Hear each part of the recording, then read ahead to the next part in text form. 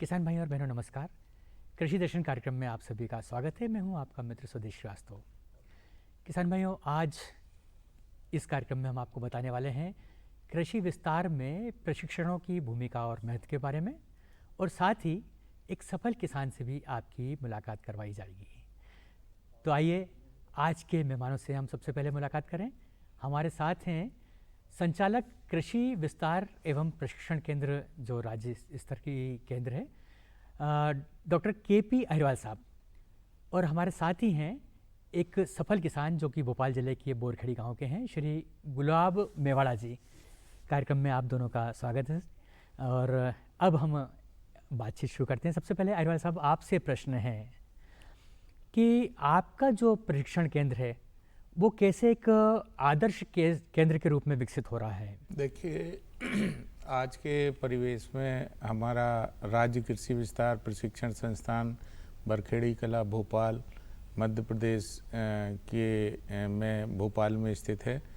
और इस संस्थान का उद्देश्य जो है ना, एग्रीकल्चर के साथ साथ एग्रीकल्चर से जुड़े हुए जितने भी विभाग हैं उनके मैदानी अमला, उनके अधिकारियों को मास्टर ट्रेनर के रूप में विकसित करना, और साथ ही साथ कृषि, पशुपालन, मत्स्य पालन, रेशम पालन, उद्यान की इन विभागों में जो सरकारी योजनाएं चलाई जा रही हैं उन योजनाओं के बारे में सभी अधिकारियों को प्रशिक्षित करना इसका मुख्य उद्देश्य है। हमारी संस्था ऑटोनोमस है।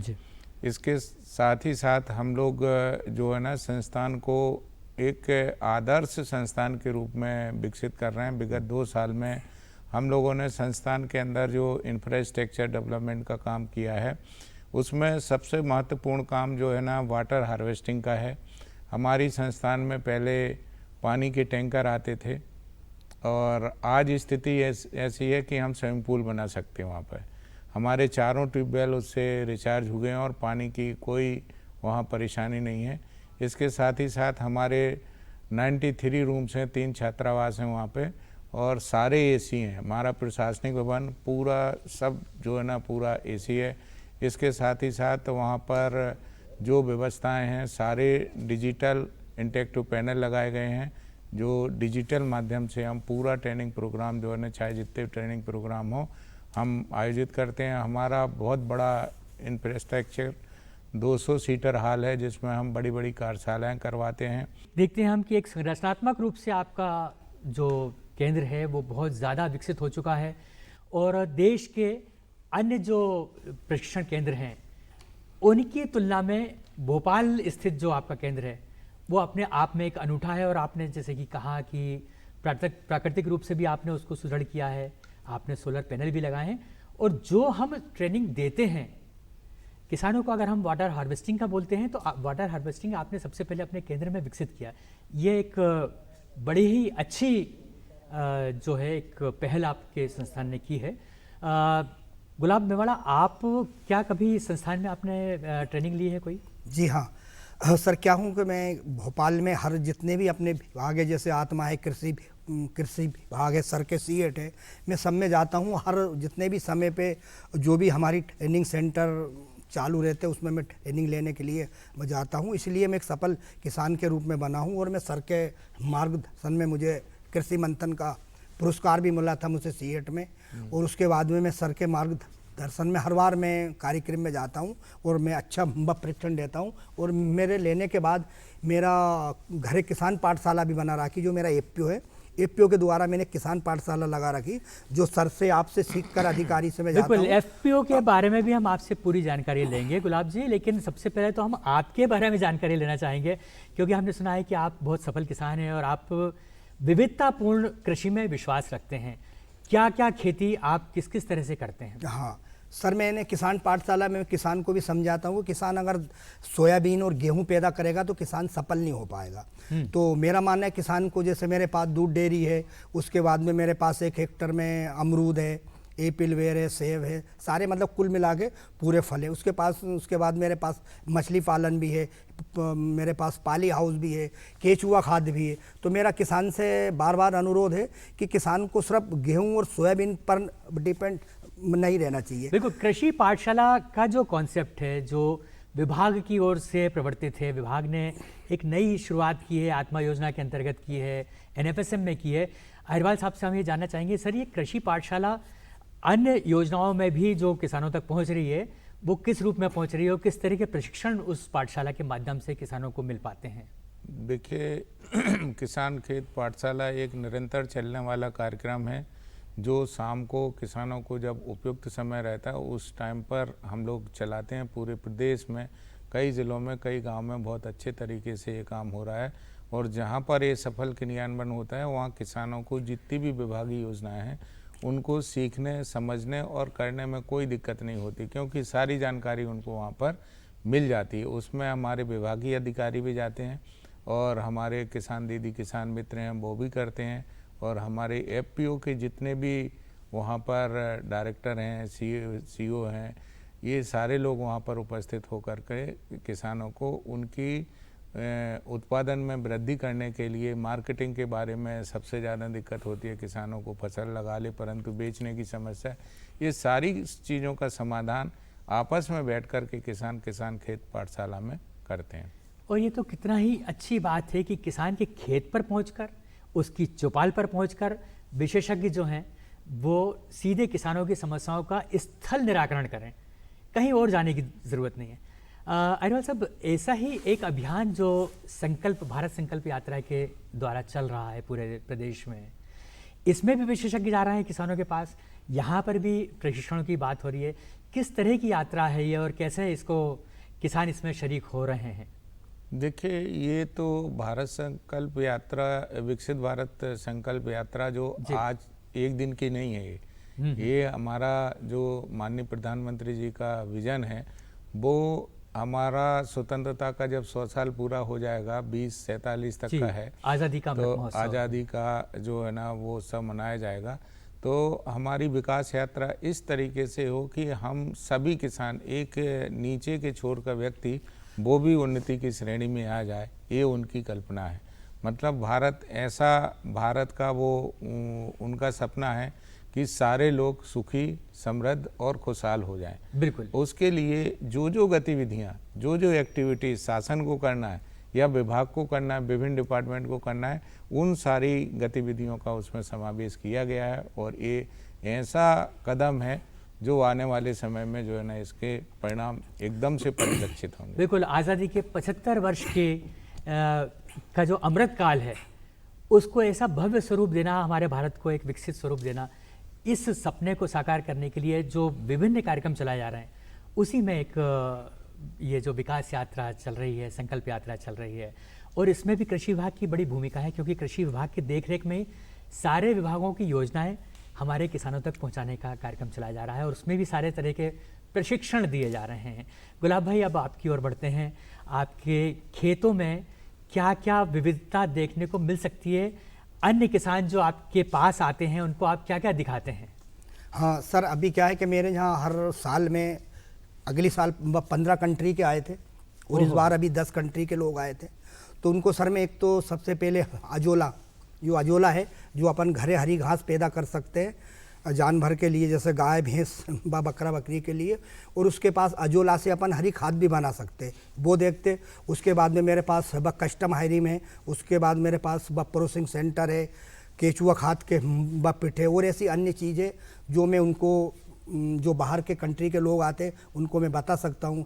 जैसे किसानों के लिए सूचना केंद्र, ताकि किसान को किसी प्रकार की जानकारी नहीं हो, तो अपने केंद्र से मैंने बना रखा है एफपीओ के द्वारा सूचना केंद्र, संस्कार केंद्र, ये मैंने बना रखा ताकि मेरा किसान को सही फ़ायदा मिले। और मेरा एक ही नारा है कि मेरा मध्य प्रदेश विकसित हो और जैविक राज हो। इस पर मैं एफपीओ में किसानों को जोड़कर लगातार काम कर रहा हूं। और सबसे पहले ये है कि मेरे पास प्रधानमंत्री सिंचाई योजना में 5000 किसान महिला है, और जो मैंने एफपीओ बनाया उसमें मेरे 600 किसान हैं, उसमें 300 महिलाएं, 300 किसान हैं। पर 300 महिला वो ही है जो आजीविका स्वयं सहायता समूह में काम करती है, ताकि मेरी महिला, जैसे मेरे पास आयल मिल है, दाल मिल है, उसमें वो काम करके और अपनी आय को बढ़ा सके। तो लेते हैं एक छोटा सा अल्प विराम और इसके बाद फौरन हाजिर होते हैं। अरे सुन तो।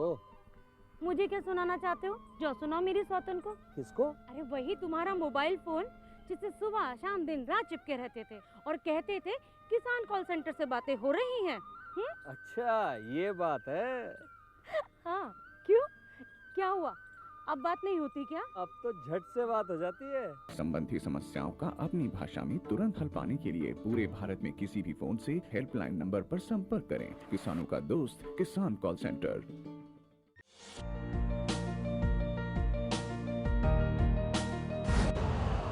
यूरिया का स्वदेशी उत्पादन 70 लाख टन बढ़ाने के लिए 6 उर्वरक संयंत्रों का उद्धार किया जा रहा है।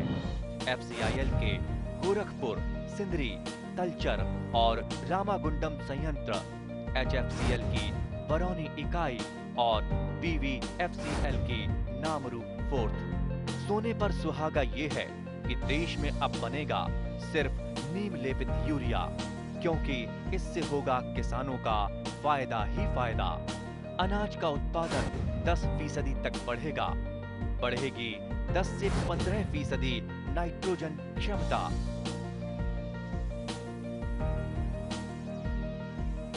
किसान भाइयों, आप देख रहे हैं आपका अपना कार्यक्रम कृषि दर्शन और आज के इस कार्यक्रम में हम बातचीत कर रहे हैं श्री KP अग्रवाल साहब, संचालक सीएट, और एक प्रगतिशील किसान गुलाब सिंह मेवाड़ा से। अग्रवाल साहब, अगर सुपात्र को दान नहीं दिया जाए तो वो उसका महत्व नहीं समझता।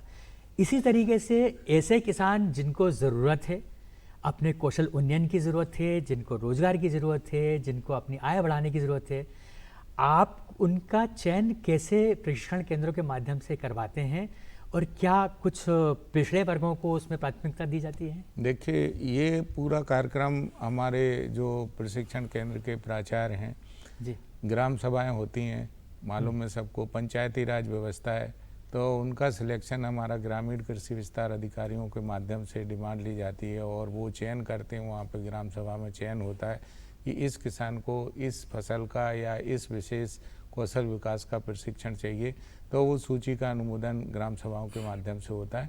फिर वो जिला स्तर पर आता है, ब्लॉक स्तर पर आता है, ब्लॉक में अनुमोदन होता है। उसके पश्चात जो है ना, उसके हिसाब से अगले वर्ष का जो कार्यक्रम हमारा डिप्टी डायरेक्टर बनाता है।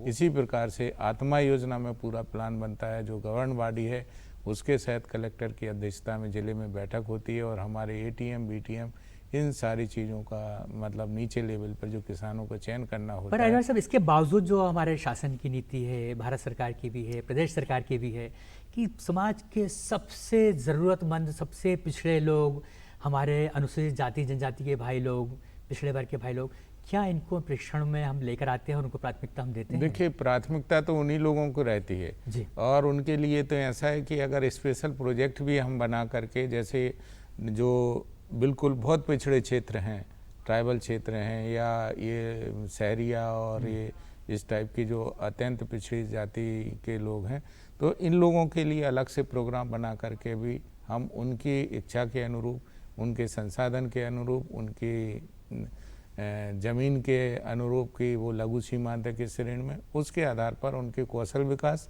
तथा तकनीकी जो एग्रीकल्चर तकनीकी, उसके प्रशिक्षण कार्यक्रम अलग से भी आयोजित कर सकते हैं। उसके लिए राज्य सरकार और भारत सरकार फंड की भी व्यवस्था करती है।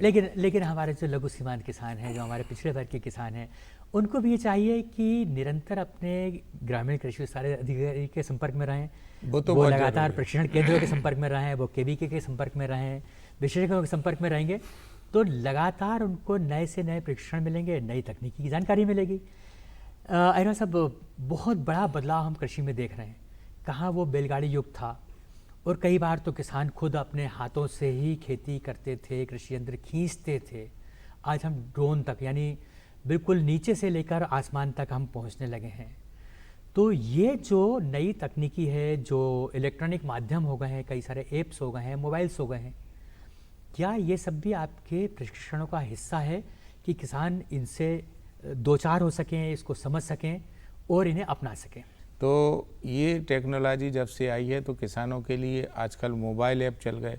मोबाइल ऐप कृषि विज्ञान केंद्रों के भी ऐप बने हुए हैं और हम लोगों के भी ऐप बने हुए हैं। हम लोग ट्रेनिंग करते हैं, अधिकारियों की ट्रेनिंग करते हैं, तो वो भी वर्चुअल कभी कभार हो जाती है जब व्यवस्थाएं ऐसी होती हैं, विषम परिस्थितियां आती हैं। मंडी के रेट्स हैं, मंडी का आजकल सब कुछ जो है ना मोबाइल पे हो गया, ये टेक्नोलॉजी किसान भी सीख रहे हैं। कोई ज़रूरी नहीं है कि उसमें बहुत ज़्यादा पढ़ाई लिखाई की ज़रूरत हो मोबाइल ऐप को संचालित करने के लिए। हमारे पास में जो किसान बैठे हुए हैं तो ये खुद जानते हैं सारी चीज़ें, इनने खुद डेवलप करवाया है और ये कर रहे हैं। ऐसे बहुत सारे एफ में तो सारे एफ जो है ना मोबाइल ऐप का उपयोग करते हैं। बिल्कुल सर, मैंने भी सुना है कि एमपी किसान जो ऐप है और किसान गेट, फार्म गेट, वो जो मंडी बोर्ड चलाता है, तो इसमें मौसम की जानकारी भी मिल जाती है। बिल्कुल, हमारे किसान भाइयों को मंडी के भावों की जानकारी मिल जाती है, कहाँ पर क्या भाव चल रहा है उसकी दैनिक जानकारी मिल जाती है, मौसम के बदलावों की जानकारी बहुत ज़रूरी है। और ये सब विभाग के तौर पर या जो हमारे शासन का जो विभिन्न नीतियाँ हैं, ये किसानों को चाक चौबंद बनाना, आधुनिकता से जोड़ के रखना, इसमें हम काफ़ी हद तक सफल हो पा रहे हैं। बिल्कुल। गुलाब भाई, अगर फिर से आपकी ओर लौटते हैं कि खेती की लागत कम हो और किसान का मुनाफा बढ़े, आप खेतों में उसको कैसे उतारते हैं? हाँ सर, वैसे सर ने बहुत अच्छा बोला, मैं खुश हूँ। यही मेरा सर किसान से कहना कि किसान अगर जीरो बजट पे खेती करेगा और जो भी अपने पशु या अपने खेत से जो भी वेस्ट निकलेगा उसको आग ना लगाए। जैसे किसान पहले प्याली में आग लगाते थे, उसको आप आग ना लगाए, उसका घूरा बनाए, और घूरा बनाने के बाद में उसमें वेस्ट डिकम्पोज़र आता है, वेस्ट डिकम्पोज़र डाल के उसको बढ़िया कचरा से कंचन बना सकता है। अगर वो कचरा से कंचन बनाएगा और वो कंचन अगर ज़मीन में डालेगा तो बराबर खेती लाभ का धंधा बनेगी और किसान की आय भी बढ़ेगी और किसान का पैसा भी बचेगा। जब अगर आय बढ़ेगी खेती से, अपना खाद कम करेगा किसान की लागत कम होगी तो वैसे ही किसान सक्षम बनेगा और किसान की आय बढ़ेगी, इसमें कोई दो राय नहीं है। पर किसान को यही है, सर ने बोला कि घूरा भी अच्छे तरीक़ा से उसका हार्वेस्टिंग कर लेना चाहिए, वेस्ट डिकम्पोज़र डाल के या किसी प्रकार से केचुआ वर्मी कंपोस्ट बना के। हमारे पास बहुत पिट है और मैंने सर पीजीएस के 50 किसानों को भी मैंने यही वर्मी पिट बनवा के और किसान को केचुआ खाद बना रहा है। उनकी आय बहुत कम हुई है। हमारे सोसाइटी में सर करीबन 7-8 लाख का खाद आता था, आज 2 लाख का खाद आ रहा है। हमने 5 लाख की लागत कम करी है। तो मेरा ये किसान से मतलब है, किसान को जीरो बजट या थोड़े से कम लागत में खेती करेगा, वही कंचन से कचरा। बिल्कुल, कंचन से कचरा, मुझे वो मुहावरा याद आ रहा है कि घूरे के भी दिन फिरते हैं, लेकिन घूरे का अगर हमने सदुपयोग कर लिया तो एक बहुत बड़ी राष्ट्रव्यापी समस्या जो प्रदूषण की समस्या है उससे हम निपट सकते हैं। हमारे राष्ट्रीय स्तर के विशेषज्ञ अभी इसका समाधान खोज रहे हैं, लेकिन हमारे मध्य प्रदेश के किसान भाइयों को पता है कि अगर नरवाई जलाने के बजाय इसका जैविक खाद के रूप में उपयोग करेंगे तो हम निश्चित रूप से अपनी खेती में कंचन उगा सकते हैं, सोना उगा सकते हैं। हमारे प्रशिक्षणों में अहिरवार साहब यही ज्ञान किसानों तक पहुंचाते हैं, हमारे विस्तार कार्यकर्ताओं के माध्यम से पहुंचाते हैं, हमारे प्रशिक्षण केंद्र यही काम कर रहे हैं। तो किसान भाइयों, आज के मेहमान विशेषज्ञों से हमने बहुत सारा ज्ञान प्राप्त किया और हमने सीखा कि संसार में और हमारे देश में जो कुछ भी बदलाव आ रहे हैं, किसान उसमें बहुत तेज़ी से आगे आकर इन सब बदलावों को देख सकता है और इन बदलावों को अपनाकर अपना और दूसरों का कल्याण भी कर सकता है। हमें उम्मीद है कि आज के इस कार्यक्रम से आपको बहुत सारी बातें सीखने को मिली होंगी और दोनों विशेषज्ञों का धन्यवाद करते हुए आइए अब देख लेते हैं खबरें खेती की। नमस्कार किसान भाइयों, खबरें खेती में आपका स्वागत है। आइए नजर डालते हैं आज की खास खबरों पर। किसानों को मिलेगा मुआवजा, दलहन में आत्मनिर्भर होगा देश, बागवानी में हैं संभावनाएं, श्री अन्न उत्पादकों को मिलेगा लाभ और बढ़ रहा सरसों का रकबा। और अब खबरें विस्तार से। किसान कल्याण और कृषि मंत्री यदल सिंह कंसाना ने कहा है कि पिछले दिनों प्रदेश में हुई बारिश और ओलावृष्टि से जिन किसानों की फसलों को नुकसान हुआ है उन्हें घबराने की जरूरत नहीं है। सरकार उनके साथ है, नुकसान की भरपाई सरकार द्वारा की जाएगी। श्री कंसाना मुरैना जिले के सबलगढ़ के गाँव में फसलों को हुए नुकसान का अवलोकन कर रहे थे। उन्होंने अधिकारियों को निर्देश दिए कि सरसों की फसलों का मौका मुआयना कर राहत राशि प्रदान करने की कार्यवाही करें। केंद्रीय गृह एवं सहकारिता मंत्री अमित शाह ने कहा है कि किसानों के सहयोग से दिसंबर 2027 से पहले दलहन उत्पादन के क्षेत्र में भारत आत्मनिर्भर बन जाएगा। उन्होंने कहा कि दलहन में देश को आत्मनिर्भर बनाने के लिए सहकारिता मंत्रालय और कृषि मंत्रालय सहित अन्य पक्षों की कई बैठकें हुई हैं। केंद्रीय मंत्री नई दिल्ली में भारतीय राष्ट्रीय कृषि सहकारी विपणन महासंघ नेफेड तथा भारतीय राष्ट्रीय उपभोक्ता सहकारिता संघ NCCF द्वारा आयोजित कार्यक्रम में बोल रहे थे। उन्होंने कहा कि कुपोषण के खिलाफ देश की लड़ाई में दलहन उत्पादन का बहुत महत्व है। भूमि सुधार हेतु भी दलहन महत्वपूर्ण फसल है, क्योंकि इसकी खेती से भूमि की गुणवत्ता बढ़ती है।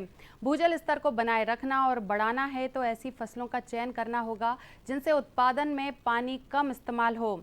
दलहन इनमें से एक है। इस अवसर पर केंद्रीय कृषि मंत्री अर्जुन मुंडा ने कहा कि सरकार ने किसानों के हित में अनेक ठोस कदम उठाए हैं। केंद्र सरकार विभिन्न योजनाओं व कार्यक्रमों द्वारा कृषि क्षेत्र को सतत बढ़ावा दे रही है, जिनमें दलहन में देश के आत्मनिर्भर होने का लक्ष्य अहम है, जिस पर कृषि मंत्रालय भी तेजी से काम कर रहा है। केंद्रीय कृषि मंत्री अर्जुन मुंडा ने कहा है कि बागवानी के क्षेत्र में काफ़ी संभावनाएं हैं। कृषि अर्थव्यवस्था में बागवानी का योगदान 33% है, जिसे और आगे बढ़ाया जा सकता है। श्री मुंडा भारतीय बागवानी अनुसंधान के कार्यक्रम में बोल रहे थे। उन्होंने कहा कि हम न केवल घरेलू बाजार में बल्कि दुनिया के बाजारों में और बेहतर ढंग से अपनी उपस्थिति दर्ज करा सकते हैं। बागवानी क्षेत्र देश के आर्थिक विकास का महत्वपूर्ण घटक माना जा रहा है। यह क्षेत्र नए तरीके से अपनी आय बढ़ाने का अवसर प्रदान करता है। श्री मुंडा ने वैज्ञानिकों को अधिक से अधिक किसानों को अपनी प्रयोगशालाओं में लाने और नवीनतम अनुसंधान तकनीकों को उनके साथ साझा करने के लिए कहा। उन्होंने कहा कि इससे किसानों को उत्पादकता, पैदावार व आय को टिकाऊ तरीके से बढ़ाने में मदद मिलेगी। श्री अन्न मिलेट्स उत्पादक किसानों को प्रोत्साहित करने के लिए मुख्यमंत्री डॉक्टर मोहन यादव ने मिलेट उत्पादक किसानों के हित में फैसला लेते हुए रानी दुर्गावती श्री अन्न प्रोत्साहन योजना लागू करने की घोषणा की है। किसान कल्याण एवं कृषि विकास मंत्री ऐदल सिंह कंसाना ने बताया कि श्री अन्न कोदो, कुटकी, रागी, ज्वार, बाजरा आदि के उत्पादन करने वाले किसानों को प्रति किलो 10 रुपये की अतिरिक्त राशि प्रोत्साहन स्वरूप प्रदान की जाएगी। यह राशि सीधे किसानों के खातों में भेजी जाएगी। योजना वर्ष 2023-2024 से वर्ष 2025-2026 तक चलेगी तथा इसका कार्य क्षेत्र संपूर्ण मध्य प्रदेश में रहेगा। नर्मदापुरम के गोविंद नगर कृषि विज्ञान केंद्र के प्रयास और मार्गदर्शन से जिले में सरसों का रकबा तेजी से बढ़ रहा है। पीले सोने के नाम से प्रसिद्ध सरसों की खेती में कम लागत, कम सिंचाई की ज़रूरत और उन्नत खेती के कारण किसानों का आकर्षण सरसों के प्रति बढ़ रहा है। किसान अब परंपरागत खेती के साथ साथ सरसों की खेती भी कर रहे हैं। गोविंद नगर कृषि विज्ञान केंद्र के प्रमुख डॉक्टर संजीव कुमार गर्ग ने बताया कि जिले में तिलहनी फसलों का रकबा बढ़ाने का प्रयास भी किया जा रहा है। राष्ट्रीय खाद्य सुरक्षा मिशन के अंतर्गत चलाई जा रही योजनाओं के तहत किसानों को उन्नत तकनीकी अपनाने के लिए प्रोत्साहित किया जा रहा है। किसान भी अपने खेतों में लहरा रहे पीले सरसों को देखकर प्रसन्न हैं। तो किसान भाइयों, कृषि समाचारों में फिलहाल इतना ही। इसी के साथ मुझे दीजिए अनुमति। नमस्कार।